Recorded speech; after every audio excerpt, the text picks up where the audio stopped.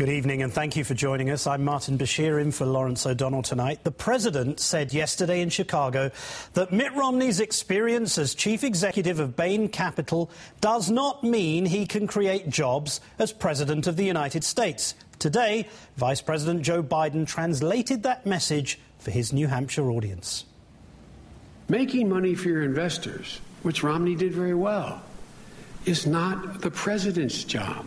Your job as president is to promote the common good. That doesn't mean the private equity guys are bad guys. They're not. But that no more qualifies you to be president than being a plumber. The vice president also honed in on Bain Capital. When they succeed and the company succeeds, they make money. When the company they get involved with fails, they still make money, a lot of money. It's legitimate. But folks, making money regardless of the consequences for the workers, the companies they acquire, or the communities that get wasted is another question.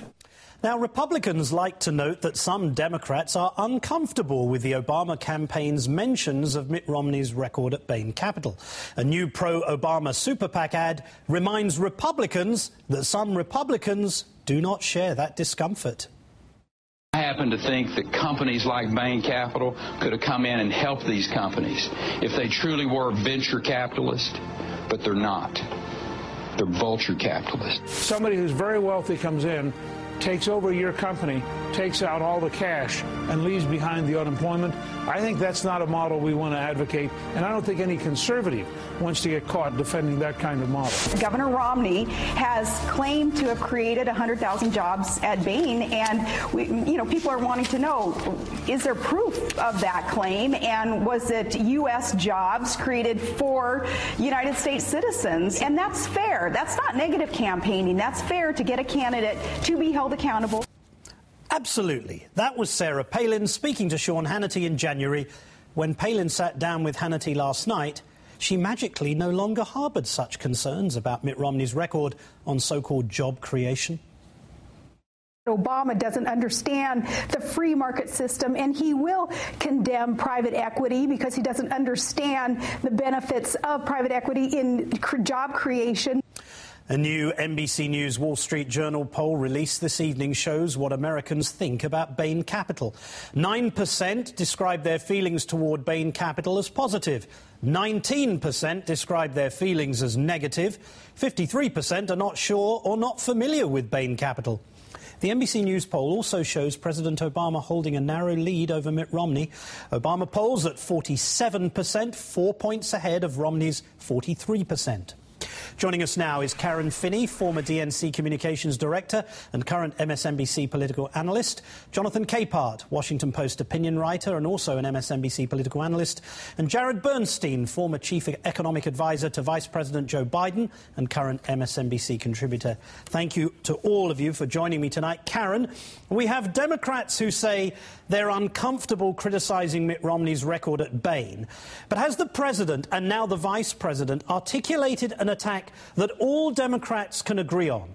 Basically, Mitt Romney is applying for the wrong job.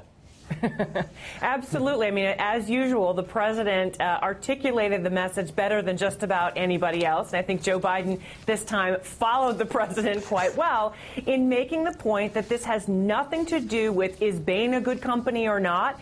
Is this kind of business acumen a good thing or not? No.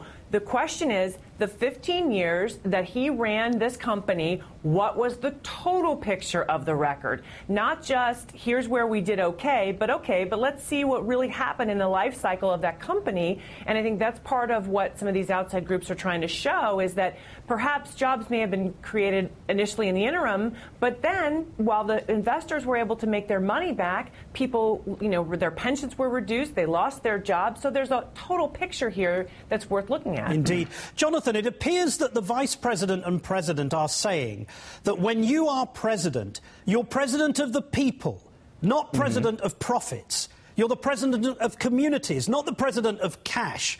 Mitt Romney doesn't appear to understand that, does he?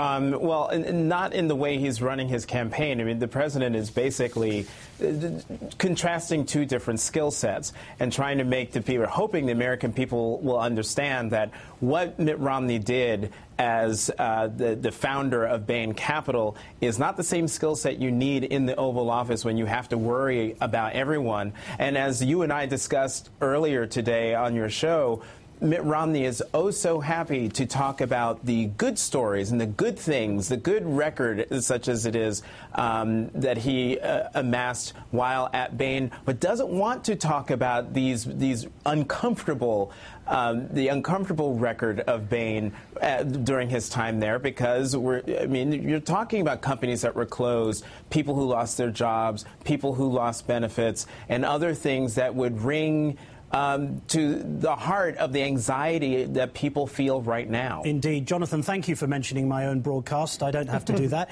Jared, what about the job of the president? Does private equity manager Mitt Romney not understand? Well, I think it comes down to something that Governor Romney said a number of months ago. He said, I understand the economy. President Obama does not. And I thought about that, and I looked back at the kind of record that he amassed in terms of job creation as governor, but primarily during his 15 years at Bain.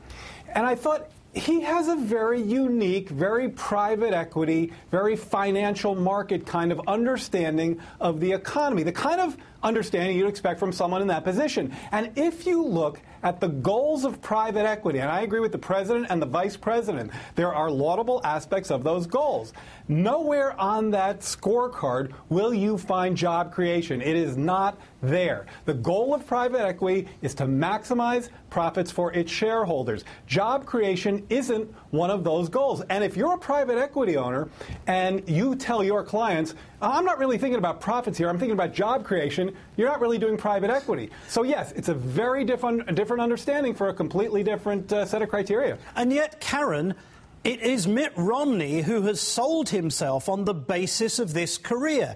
He's not talked about his service in the Mormon Church. He can't talk about his atrocious performance as governor of Massachusetts. He sold himself on Bain. He can't now complain that we've started examining what that means and suddenly realize, actually, that doesn't work so well if you have to care about the poor, the disabled, the needy. It doesn't work so well.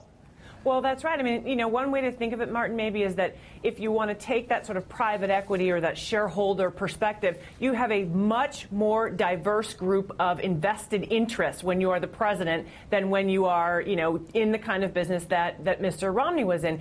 And you're right. He hasn't won, in the primary, he got himself in trouble trying to talk about his record as governor because, oops, he flip-flopped all over the place. He created additional debt. Job creation went down. I mean, so clearly that's not something he wants to talk about. So he himself has put forward this time in his life, again, this 15 years, as the basis for which we should judge his ability to be our president, to deal with everything from our nuclear threat in Iran to job creation in Lima, Ohio. Lord help us. Jonathan, pro-Obama super PAC Priorities USA Action has a new ad that will air in 5 swing states. Just watch this, John. I worked at the plant going on 34 years. I thought that I was going to retire from there. I had about 2.5 years to go. I was suddenly 60 years old. I had no health care. And that's scary. When Mitt Romney did that, he made me sick. It's a very powerful ad, John. The president's message now that Mitt Romney is applying for the wrong job could not be called socialist or anti-capitalist or whatever, but the message in that ad is vulnerable, is it not, to such attacks? I mean, do you think it would be wiser for the president to leave these sorts of attacks to super PACs, or should he really continue to talk about Bain as he's doing so? Well, no, the president should talk about Bain in terms of the skill set that Mitt Romney acquired by, running Bain, versus the skill set that's required to be president. This kind of attack, and that ad is, very, very powerful, where you have a person out there saying that Mitt Romney literally made her sick by taking away her job and her health care at 60 years old. And you see her, she is a vulnerable person. That is a rather harsh attack that the president really, and his reelection effort, really doesn't need to be a part of. This is where super PACs, as we've seen throughout the Republican primary process, this is where they can get really rough and mean, and in some cases nasty, in a way that the candidate could not, and should not. Jared, holding the highest office in this country is a constructive contribution. It's a public service. It's a contribution to civic society. Private equity feels neither like a constructive contribution nor a public service. Is that right? Is that fair? Absolutely. I mean, there's nothing public service about private equity. Again, if it is in the interest of your shareholders to shut the factory down and move it to Mexico or China, you would be derelict as a private equity fund director not to do so. Obviously, the decision sets in front of the president are the polar opposite of that. And so it's absolutely fair game, as we've said so far.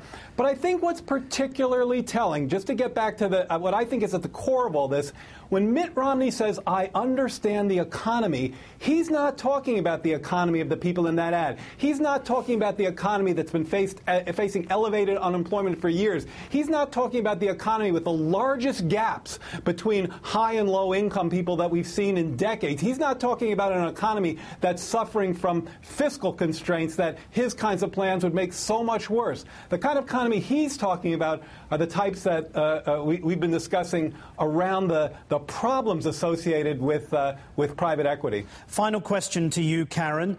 Do you expect Mitt Romney to ever come out and say anything about Bain? Because apparently for the last 48 hours he's been locked away in a hotel suite talking to people who are planning on funding his campaign. Is he ever going to talk about Bain and address this?